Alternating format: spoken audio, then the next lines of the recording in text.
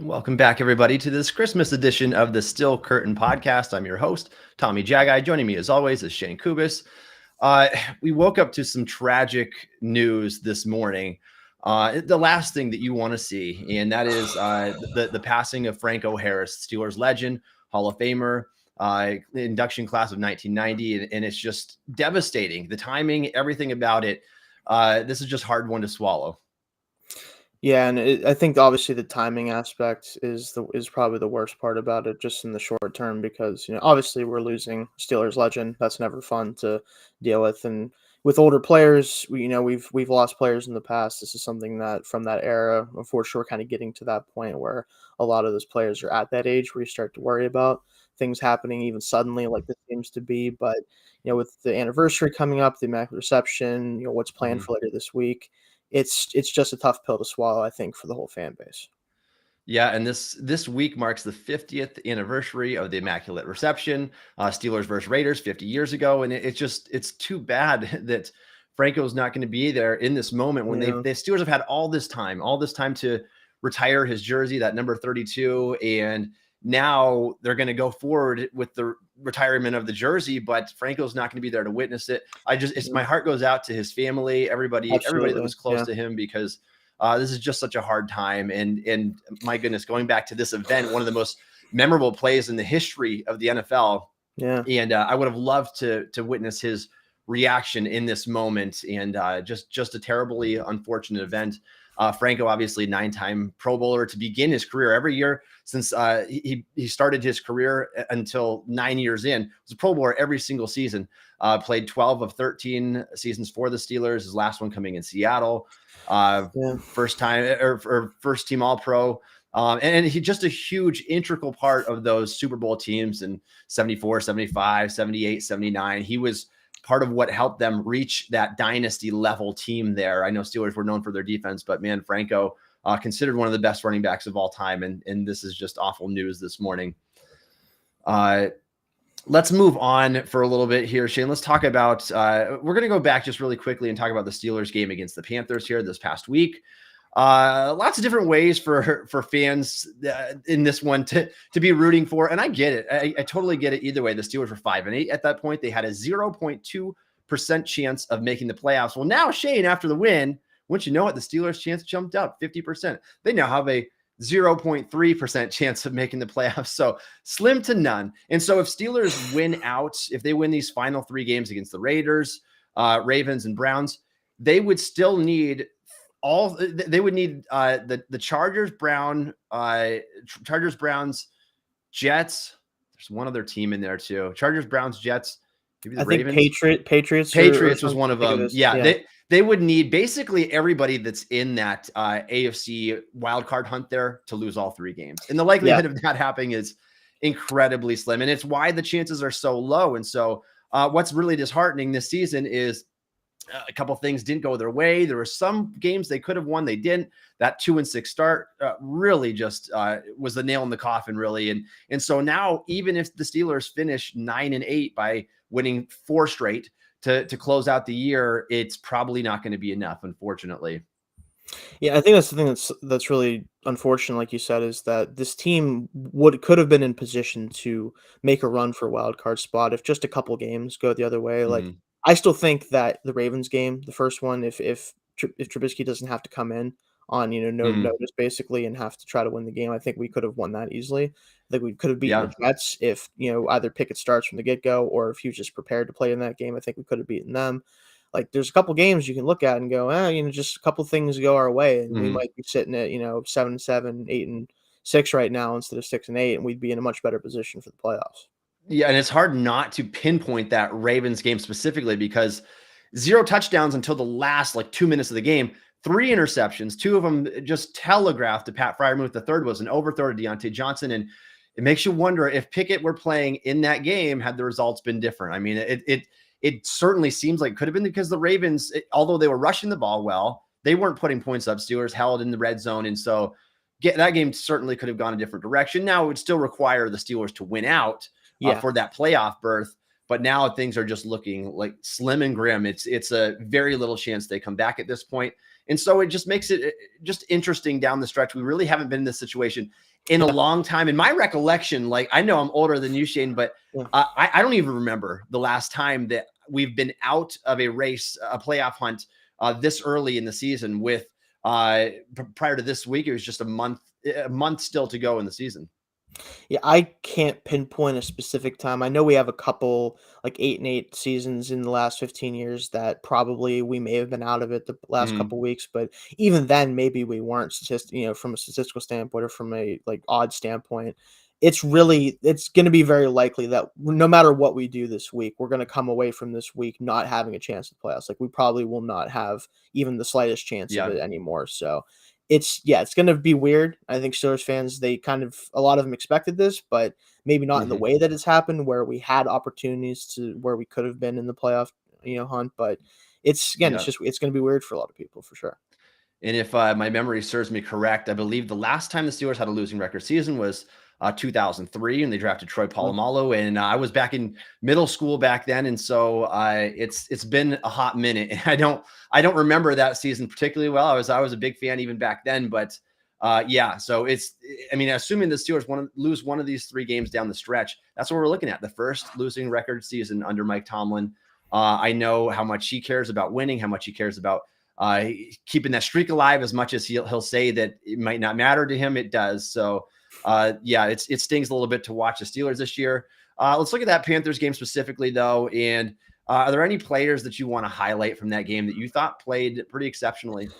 I mean, as far as exceptional, I think this was a pretty much just standard, like grind it out, play efficient football, play good defense type of game, which that's how this team has won and how it's probably going to have to win if they want to win any more games, and maybe even going into next year too, depending on what moves we make. And I think Trubisky was very efficient, if unspectacular. That's kind of, and I wrote about it in the report card for that game, and I talked about it. But with him, if he plays like this, you can win football games with him as long as your defense steps up and your run game is effective.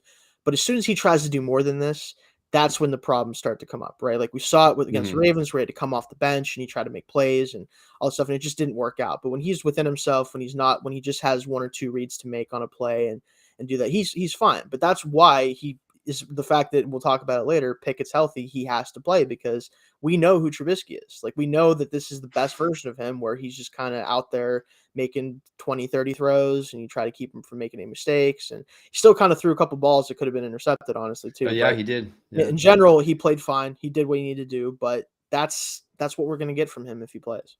It's funny how like Steelers fans, I feel like they have this short-term memory loss. Like they forget what Trubisky looked like prior to halftime at week 4 when he was benched against the Jets because he just wasn't performing. I mean, this guy was averaging like 5.8 yards attempt. And I know that people look at his EPA since week 6 when he had to come in. It's a really small sample size. I believe he's had like 77 passes during that span. It's relatively small. And so I know that he's been good since then. But again, small sample size, the competition that you're going against matters. Obviously, the Bucks weren't the great opponent that we thought they were. Right, and so who's to say that Pickett couldn't have started to come back in that game, but we forget so quickly what this guy looked like prior to that point. And the fact that the Steelers were averaging under 14 points a game prior to Trubisky's benching offensively.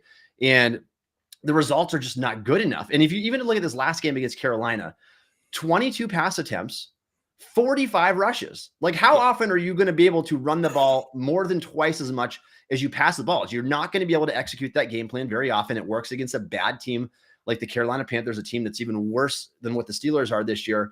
And again, you alluded to it already. If this is Trubisky's game and this is all that he's asked to do, he'll be fine. He's fine in that game manager type role. The running game is working well, and all he's asked to do is kind of dink and dunk the ball down the field, move the chains. He did have the nice pass to Pickens. And look, I don't want to take anything away from him either. I thought he played a good game. When you go 17 of 22 for 8.1 yards an attempt, that's perfectly fine. 100 passer rating. That's exactly how you want him to execute that. I noticed the biggest difference between this week and the week prior when breaking down his passing charts. He did not have a throw between the hashes this week. And last week, he had 2 interceptions between the hashes, telegraphing throws to Pat Freiermuth. And so I feel bad for Pat a little bit. I think Pat is an excellent player. I think that you can certainly make the case that he should be the most targeted Steeler this year, because I think he's been their most consistent pass catching option, their most consistent chain mover. He saw 0 targets this last game.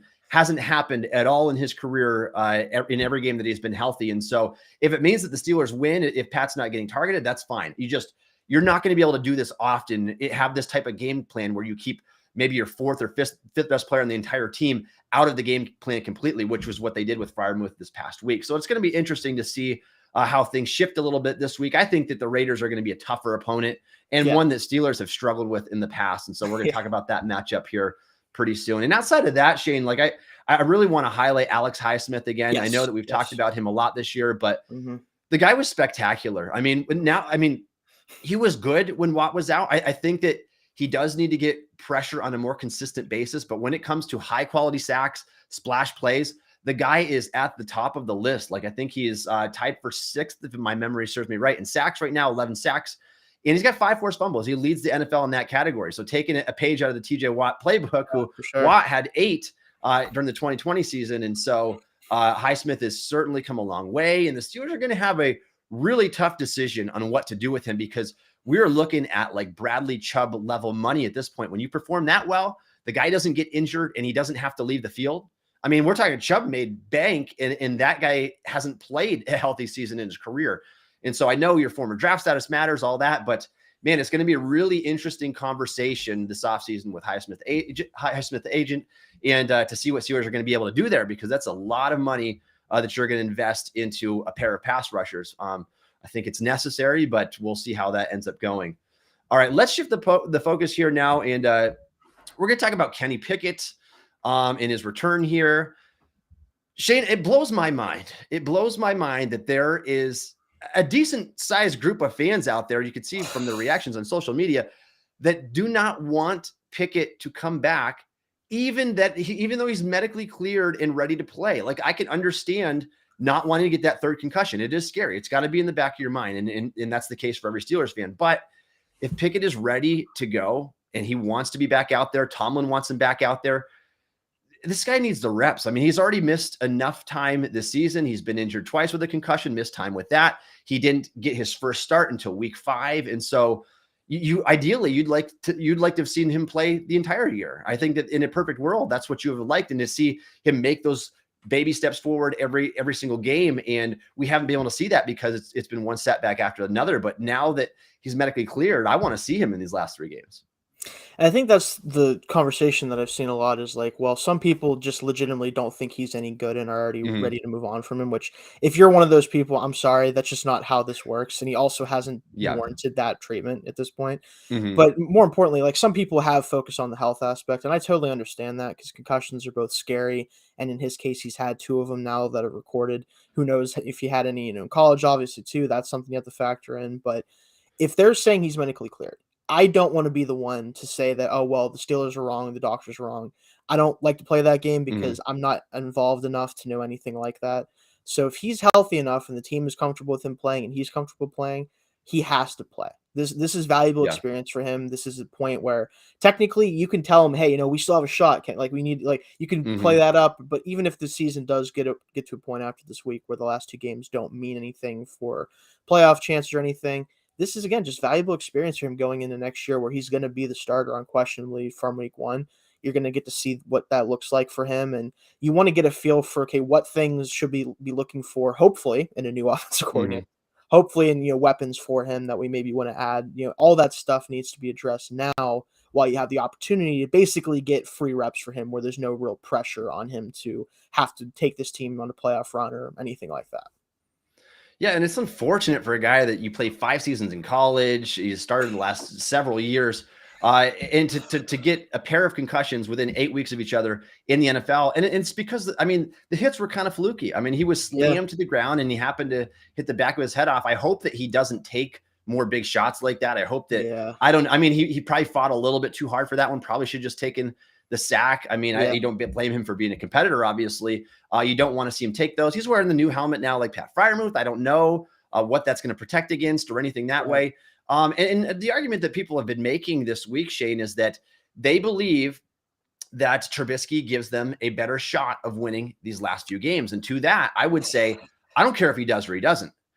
Even if the Steelers go 9-8, microscopically increase their chances of making the playoffs. It's still not going to happen unless every other chip falls their way. And if that's the case, and the Steelers truly are out of the running, then what does it matter anyway? And personally, I don't believe, I don't know if that's necessarily true either. I mean, Pickett was 3-1 after the break. I thought he was playing well. And we're really looking at kind of like a 2-game sample of Trubisky's, the rest of his bad games over this year. And we're cherry picking those ones out, the second half against the Bucs and this past game against the Panthers. And we're looking at those and saying, Trubisky can lead us to success. Well, we kind of forget about those other games too. And I just don't think, I don't necessarily, honestly, I don't know how much any of these 3 quarterbacks really move the needle at this point in time. But even if Pickett's not moving the needle, he's the guy that's the future. He's the guy that needs to be out there. I think like that whole conversation too, like the people that legitimately think that like Trubisky is a better player, that he would give them a better chance to win. I don't really think so, because there's nothing that Mitch did that Kenny couldn't also do if given the same game plan, right? Like Mitch didn't make some spectacular like 50-yard throw. He didn't make some sort of crazy play on the run. Like they asked him to do stuff that any NFL quarterback should theoretically be able to do. And he just executed it very well, which is, again, nothing against Trubisky, but if Kenny was given the same game plan where he's got 1 or 2 reads, he's throwing to Deontay Johnson, a million times, it's probably going to go similarly. It's not like it's going to be anything different. Kenny at least can attack the middle of the field without throwing interceptions. He can make reads that I don't think Trubisky can at this point. It's kind of sad if you're Mitch because you're played so long in the NFL, but that's been the knock on him, is his ability to read the field, and we've seen it in his stint so far with us. The middle of the field is just not something he sees well. He gets, passes batted down, he gets intercepted. Kenny's been doing a really good job of not having that happen over the past 4 or 5 games. So I don't think he gives them a less of a chance to win. And even like you said, it doesn't matter if he does or doesn't. That's not what the concern is at this point. We're not 9-5. We're 6-8. Like, let's get real about it. Exactly. And people talk about upside, and they say, well, there's a legitimate group of people out there that think that Trubisky still has a higher ceiling than Pickett. At some point, you have to scrap the ceiling thing. Like the guy, he's 27 years old. He's in his 6th NFL season on his 3rd NFL team.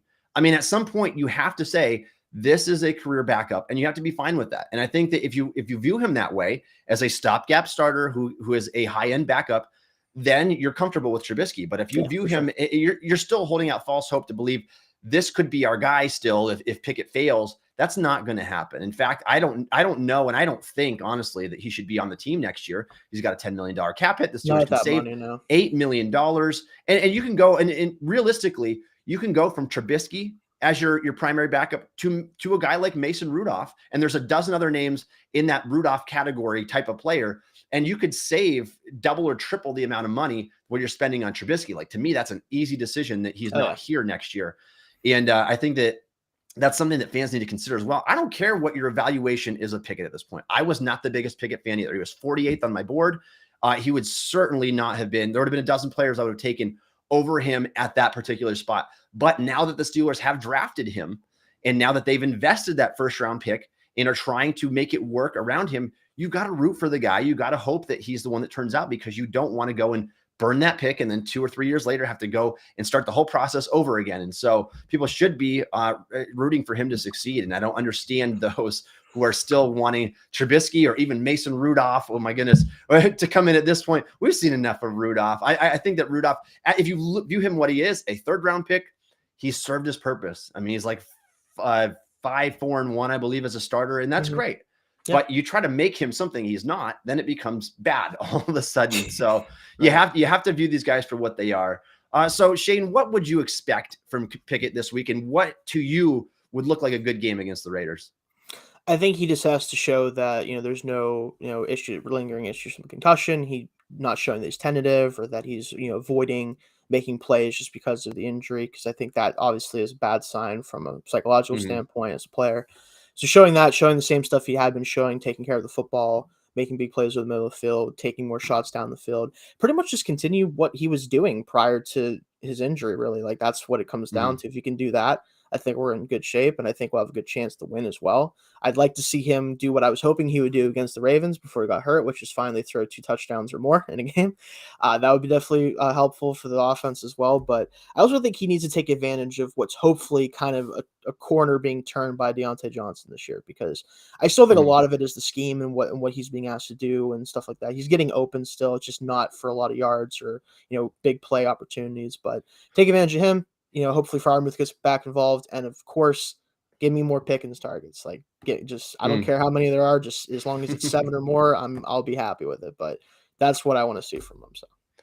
Yeah, and I want to throw out there too that Ravens game is going to go. There's going to be a mark, and there should be an asterisk on Kenny Pickett, because Kenny Pickett gets chalked up for the loss in that one. He had one pass attempt and it was deflected at the line of scrimmage, but that'll go down as a loss for him because he technically started that game before Mitch Trubisky came in early in the first quarter. So kind of stinks for him there. I agree with you. I would love to see that type of game plan. I think though, what's going to happen is Canada is going to try to play really conservative. And I'm really afraid that he's going to take a step back in an attempt, like we've seen all season, to overprotect his rookie quarterback. Now that he's had his second concussion, I can see a very, very similar game plan unfold as we saw last week. They're going to try to at least run the ball twice as much as they pass the ball, and they're going to try to get the ball out of Pickett's hands quickly. If I had to guess, I don't think he's going to be afforded that time to hang in the pocket, go through 2 or 3 reads every play.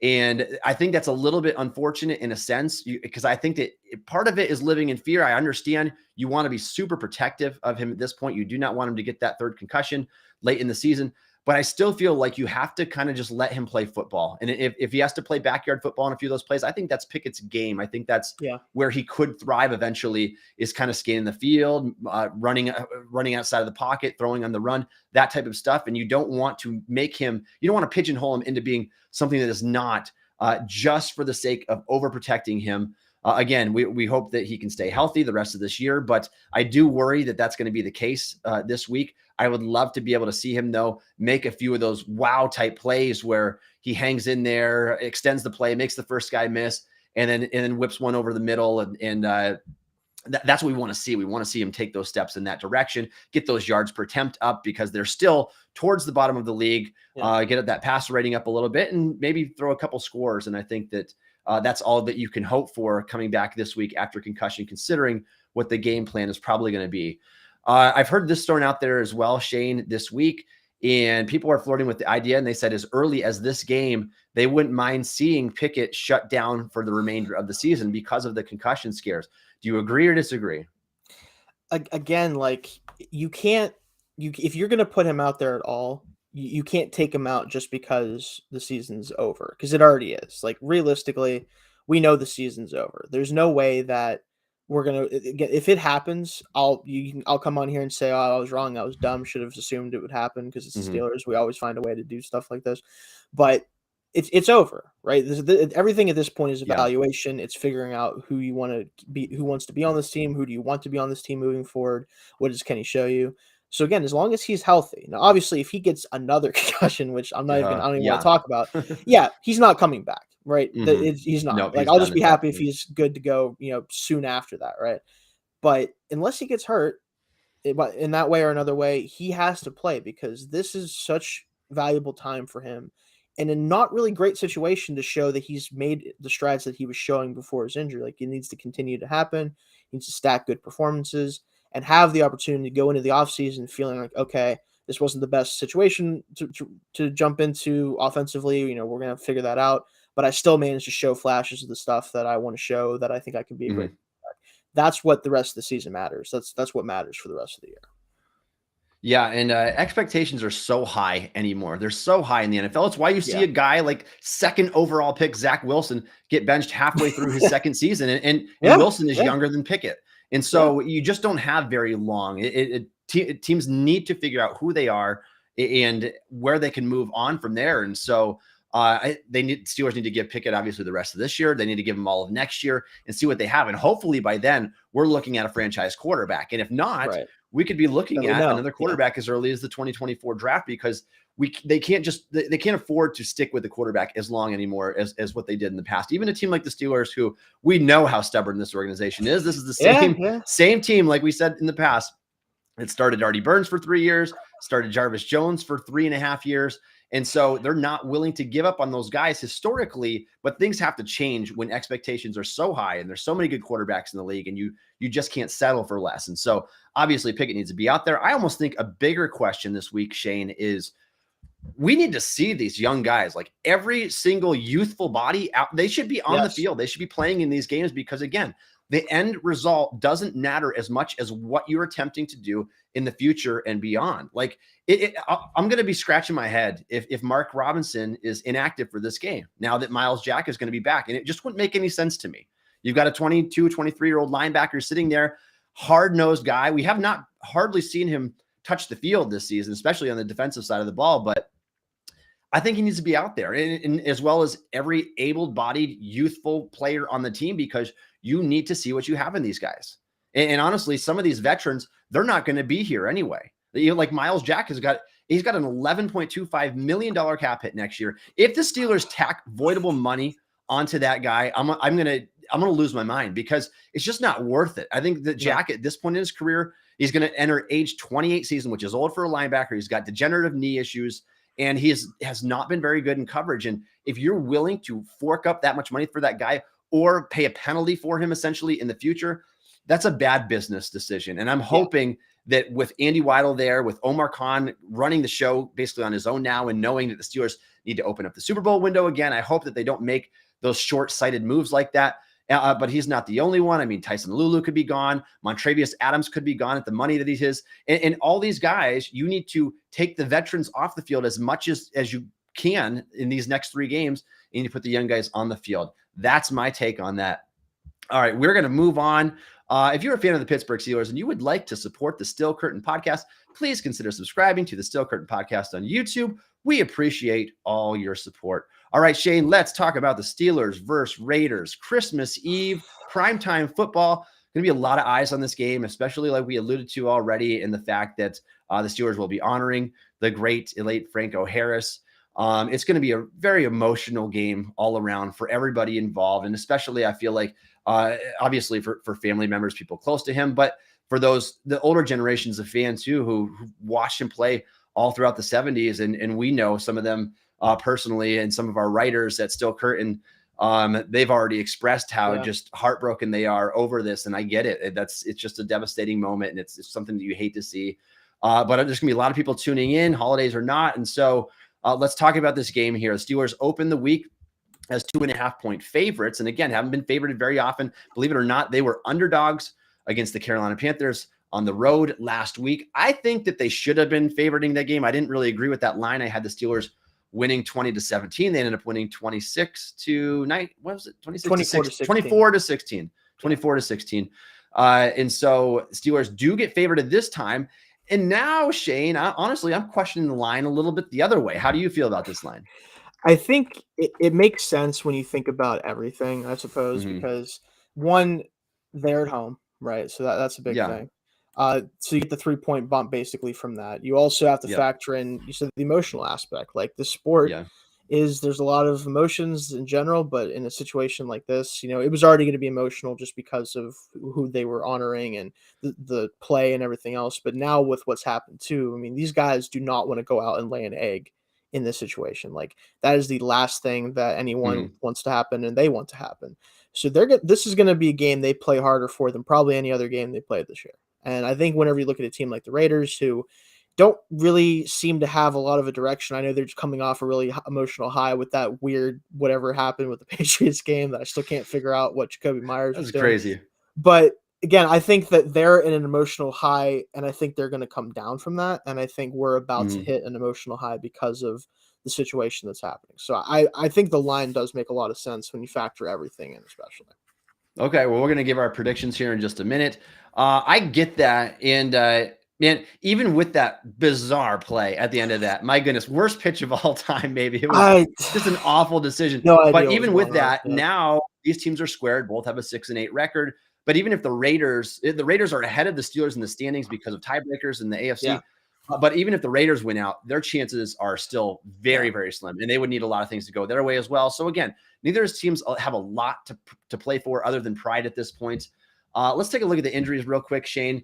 This week, obviously, the Steelers last week lost Chris Wormley to the season. He's been out for 1 week, and so that one, we think that it's probably going to result in some of those young guys playing a little bit more. DeMarvin Leal, Isaiah Loudermilk probably had the best game that he's had so far this past week. But again, these guys have very limited snaps so far. I'd like to see them get a lot more action in there. Tomlin noted in his Tuesday press conference this week that all the just kind of bumps and bruises. There's nobody with very significant injuries.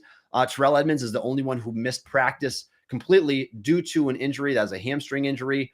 Obviously, he was kind of able to play throughout last week, and we'll see. Tomlin doesn't seem to think that anybody's going to be missing this week, which is a great sign for the Steelers in terms of their health. And again, William Jackson, we haven't heard an update on him as we're recording this here, but it's possible that he can come back too. And again, if he doesn't come back here in these last couple of games, I mean, it was low risk, but you're cutting the guy, you're taking a little bit of a cap hit this season, and you're swapping draft capital and getting worse late in the draft. We'll see. We'll see what happens with a 30-plus-year-old corner, and so we'll see if he gets back on the field here. But that's about all I have in terms of injuries. So Steelers looking pretty healthy entering this game here. Let's talk about the Steelers kind of their struggles that they've had against this Raiders team. Like, this is a team, every time these two teams match up, I'm like, I worry about this game. I worry about it. And I don't know. I can't pinpoint it exactly. I think part of it is it's kind of a rough matchup for the Steelers.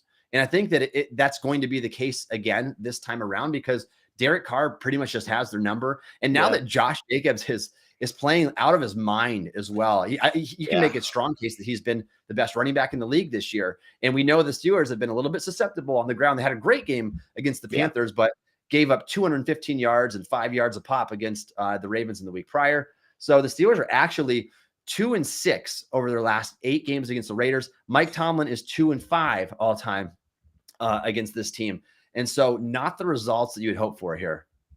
Just strange, right? Like it feels like there's always something that happens that's weird, or like I remember I believe the last time we played them outside of, well, not the last time, but the time before that, with Boswell missing a bunch of kicks and like the game-winning drive to, I want to say, is it Derek Carr who caught the touchdown? Is that maybe the random tight end that it was possibly? I don't remember. I think you might be right. Yeah, but it was some random tight end that was like third string that he caught. I'm like, that's what happens though. They lose in weird ways. It's never like, oh, they're just the way better team. Like, it's just we don't play well against for some reason. Unfortunately, and we'll talk about it, there's a couple reasons why I think that might continue in this game for very good reason, unfortunately. But I'm hopeful so far still. Yeah, and you know that Steelers are going to come out with an extra fire, extra energy this week, win one for Franco's family, and so that certainly could be the case as well. They've just fared awfully against this team in the past, and I don't think they match up particularly well. Let's pinpoint some of those matchups right now, Shane. I think one of the biggest ones to watch here is Steelers secondary against Davante Adams, and I'm going to tell you right now, it wasn't just Aaron Rodgers making Davante Adams. This guy was legitimately good. And you can see that now that he's on the Raiders, still one of the best receivers in the league. So consistent game to game. You might argue that he's the most consistent receiver game to game, having a fantastic season for Las Vegas, and is going to be a guy that's going to be difficult for the Steelers to contain.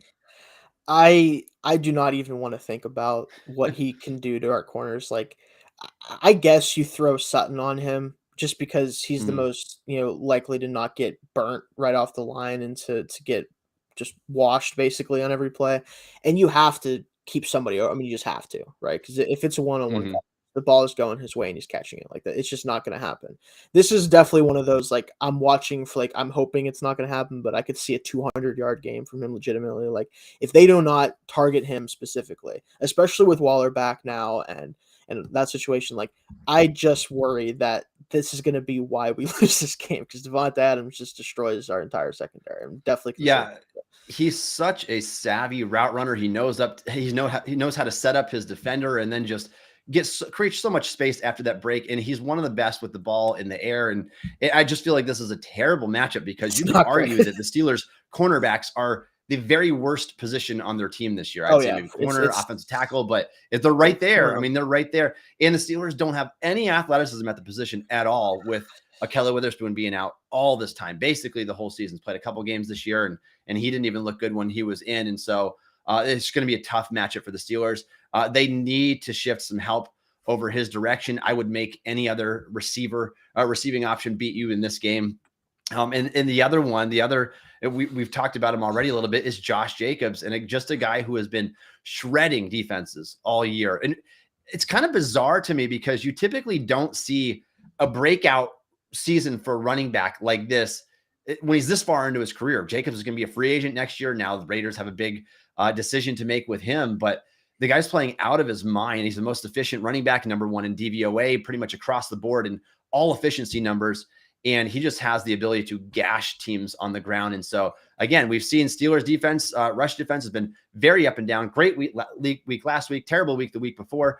How do you feel, and how do you see this one going for the Steelers? It can really go either way because Jacobs is the type of runner that, as long as you don't give him too much space, because he's a very good lateral athlete. He's not super explosive in a straight line still. I mean, he's faster than he ran for sure. Because that was a big concern with him coming out of Alabama was, how fast was he? Which that seems to be the case with a lot of Bama running backs. But the thing with him is if you give him space, right? He's shown this year and in past years he's always been productive, but maybe not nearly as productive, especially as a runner.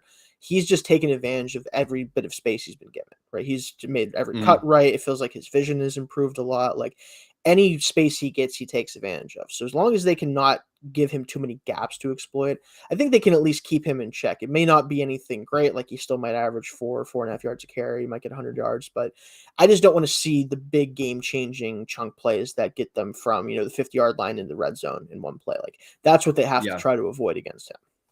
And I'm hoping it's not a game like last week what the Steelers were able to do to Carolina, and that is to run the ball 45 times. Just nickel and dime. Oh yeah, that'll be completely degrading if they're able to do that. And I can see that happening because they've done that to a lot of teams this year. And so and I can also see him getting a couple of huge chunk plays, bumps up his average there, keeps the chains moving. He's just been that good. And so Steelers defense definitely is going to have a test for them this week.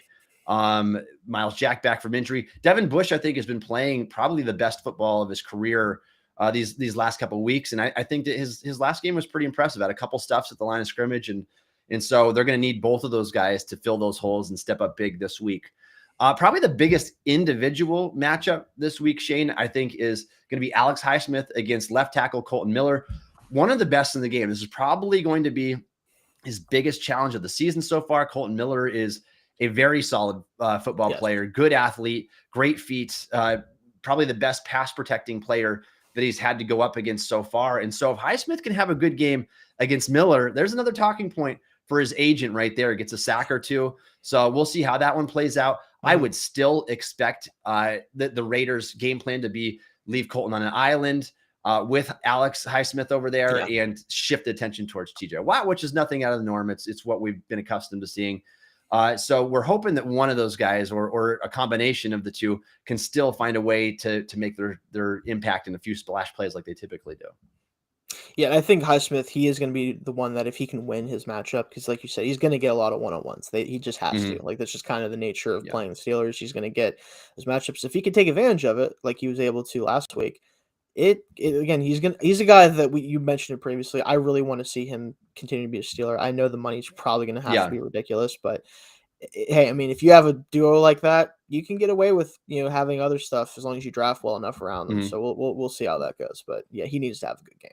And he's certainly at a premier position as well. Like anytime you have two really good edge defenders, and I'm assuming that the Steelers are not going to be foolish enough to go in with no insurance policy for these guys next year. So I would have to assume that they maybe spend a fourth round pick in the draft, or go out and get a higher end free agent, because Malik Reed was just not cutting it when Watt was injured. And so if you can get a kind of a healthier rotation going on there, I'm really excited about the future of Steelers edge defenders, especially you get TJ Watt fully healthy next year, still kind of dealing with the rib injury. We've seen him get better this past week and have a few big impact plays, but I think that's affected him a little bit as well. We look at the same type of matchup on the opposite end, and I don't see this one going as kindly for the Steelers probably.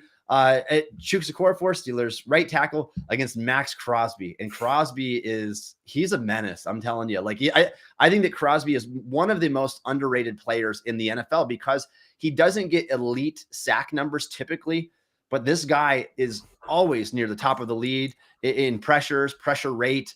He just harasses the quarterback. And I am a little bit worried because he does play so physical too. I don't want Pickett to take a few big shots from him.